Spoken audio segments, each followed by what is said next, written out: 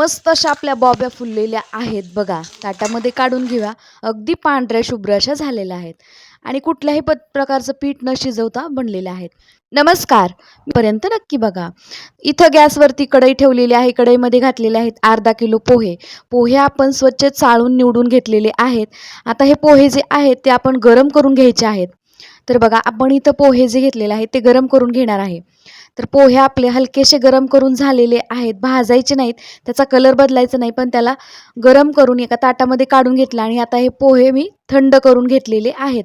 आता थंड झालेले पोहे आहेत त्याची पावडर बनवायची आहे. आज आपण आपल्या चॅनेलवरती एकदम इन्स्टंट पद्धतीनं पोह्याच्या बॉब्या कशा बनवायच्या ते पाहणार आहोत. इथं आपण कुठल्याही पद्धतीचं पीठ वगैरे शिजवणार नाही. तर बघा पुढे व्हिडिओमध्ये आपण पोह्याच्या बॉब्या दुप्पट फुलणाऱ्या कशा बनवायच्या. तर इथं आपण पोह्याचं पीठ जे आहे ते बनवून घेतलेलं आहे आणि आता एका भांड्यामध्ये ते पोह्याचं पीठ सोजीच्या चाळणीनं चाळून घेत आहे. सोजीच्या चाळणीनं चाळण्याचं कारण म्हणजे आपल्याला ज्या पद्धतीनं गिरणीतनं पीठ आणतो त्या पद्धतीचं पीठ आपल्याला मिक्सरवरती करता येतं, म्हणजे एकदम बारीक असं पीठ आपल्याला तयार होतं.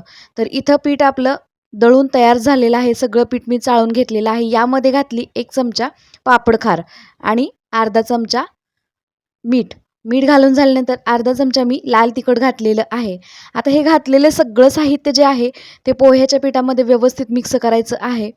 एकदम साध्या आणि सोप्या पद्धतीनं इथं आपण पोह्यांच्या बॉबी बनवत आहे, त्यामुळे व्हिडिओ स्किप करू नका. आणि हो, सोनालीने सुद्धा वाळवण रेसिपी अपलोड केलेल्या आहेत, तुम्हाला खाली लिंक डिस्क्रिप्शन बॉक्समध्ये मिळणार आहे. आता या पिठामध्ये मी थोडेसे जिरे घातलेले आहेत आणि घातलेले आहे थोडेसे तीळ. आता जिरे आणि तीळ घालणं सुद्धा पूर्णपणे ऑप्शनल आहे. तुम्हाला जर फक्त या बॉब्या मिठाच्या बनवायच्या असतील तर तुम्ही यामध्ये लाल तिखट सुद्धा नाही घातलं तरी सुद्धा चालेल. आता या पिठामध्ये थोडं थोडं पाणी घालून आपण याचा मस्त असा गोळा बनवायचा आहे. पण पाणी घालत असताना आपल्या लक्षात ठेवायचं आहे, याचा मस्त आपण ज्या पद्धतीने कणिक मळतो त्या पद्धतीचा गोळा मळून घ्यायचा आहे. तर बघा, सुरुवातीला आपण ज्यावेळेस पाणी घालून गोळा मळायला घेतो त्यावेळेस हळूहळू पोहे असल्यामुळे हे पाणी जे आहे ते पोहे पूर्ण पाणी ऑब्झर्व करून घेतं, म्हणजे पाणी पूर्ण शोषलं जातं. त्यामुळे काय करायचं, थोडं थोडं पाणी घालून याचा गोळा मळून घ्यायचा आहे. बघा, इथं मी थोडं थोडं पाणी घालून याचा गोळा मळून घेतला होता. याला एक 10 ते 15 मिनटं भिजत ठेवलं होतं. 10-15 मिनिटांनी बघा याचा गोळा मळून झाला होता. पण 10-15 मिनिटांनी याला मी थोडं थोडं पाणी लावून आणखीन चुरून घेतलेलं आहे. बघा, अगदी मस्त ज्या पद्धतीनं कणिक असते त्या पद्धतीने याला व्यवस्थित असं चुरून घ्यावं लागतं. सुरुवातीला आपल्याला याला भरपूर पाणी लागतं. पाण्याचं सुद्धा प्रमाण याचं नाही, जितकं पाणी लागेल तितकं पाणी लावून याला चुरायचं आहे बघा. तर बघा, इथं आपण गोळा व्यवस्थित असा मळून घेतलेला आहे. फक्त एवढंच काळजी घ्यायची आहे, याला व्यवस्थित असं बारीक चुरून घ्यायचं आहे. तर इथं आपण सोऱ्याची टाळी घेतलेली आहे, म्हणजे शेवग्याची टाळी घेतलेली आहे. जी पापडीची टाळी असती त्या पापडीच्या टाळीनंच आपण आज इथं बॉब्या बनवणार आहोत. तर बघा, इथं एकदम घट्टसर असं हे पीठ आहे.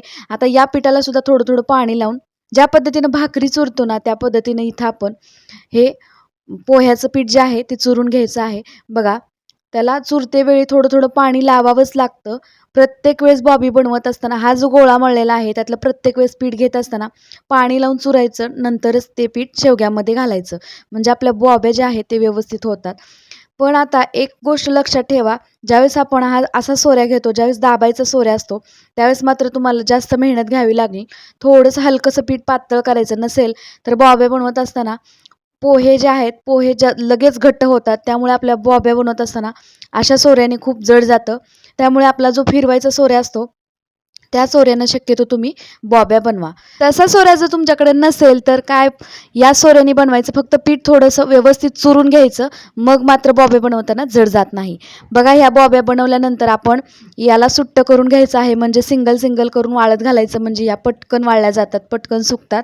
तर बघा, आणि बाकीच्या सुद्धा बॉब्या आपण या पद्धतीनेच तयार करून घेणार आहेत. आता बॉब्याची उंची तुम्ही तुमच्या आवडीप्रमाणे ठेवायची आहे. तर बघा, मस्त लागतात, फटाफट तयार होतात आणि इथं कुठलंही पीठ शिजवायची मेहनत नाही, कुठलंही गॅस पेटवायची मेहनत नाही. इथं फटाफट आपण पीठ मळून लगेच याच्या बॉब्या तयार करू शकतो. तर इथं बघा, बाकीच्या सुद्धा बॉबे मी या पद्धतीनं तयार करून घेत आहे.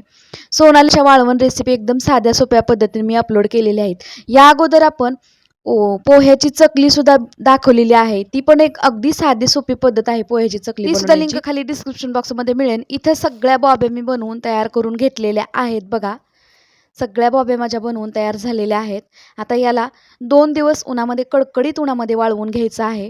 बघा मस्त लागतात. चवीला तर अगदी भन्नाट लागतात. इथं पीठ न शिजवता सुद्धा आपण मस्त अशा बॉब्या तयार करून घेतलेल्या आहेत बघा. आता या बॉब्या आपण 2 दिवस कडकडीत उन्हामध्ये वाळवून घेतलेल्या आहेत. आवाज बघा किती मस्त असा येतो याचा. म्हणजे अगदी कडकडीत वाळलेल्या आहेत. कमीत कमी वेळामध्ये एकदम फटाफट अशी रेसिपी बनते आणि अशा बॉब्या जर करून ठेवल्या मुलांसाठी, लहान मुलांसाठी जर तुम्ही घरामध्ये अशा तळून ठेवल्या तर येता जाता कधी तुम्ही मुलांना दिल्या तरी मुलंसुद्धा आवडीने खातात. फक्त यामध्ये लाल तिखट नाही वापरलं तरीसुद्धा चालेल. तर आता ही बॉबी बघूया आपण. बघा तळून बघूया आपण बॉबी. बघा किती मस्त अशी फुलते बघा बॉबी. अगदी पांढरी शुभ्र अशा इथे बॉब्या तयार झालेल्या आहेत आणि अगदी कमीत कमी वेळामध्ये झटपट होणारी ही वाळवणाची रेसिपी आहे. आता काढून घेऊया ताटामध्ये.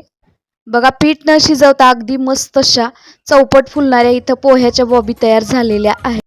तर बघू शकता बॉब्या इतक्या छान अशा झालेल्या आहेत. मस्त अशा बॉब्या तयार झालेल्या आहेत. अगदी तेलकट सुद्धा होत नाहीत. मस्त अशा तळून घेतल्या तर बाकीच्या सुद्धा बॉब्या अशाच पद्धतीने तळून घ्यायच्या आहेत. बघू शकता इथं डिश भरून बॉब्या मी तळून घेतलेल्या आहेत. माझ्या तर मुलांना प्रचंड आवडलेल्या आहेत ह्या बॉब्या. मी तर उन्हाळ्यामध्ये आवर्जून ह्या बॉब्या बनवते. तुम्ही सुद्धा नक्की बनवा आणि व्हिडिओला लाईक जरूर करा. लाईक केल्यानंतर हाईपसुद्धा करायला अजिबात विसरू नका.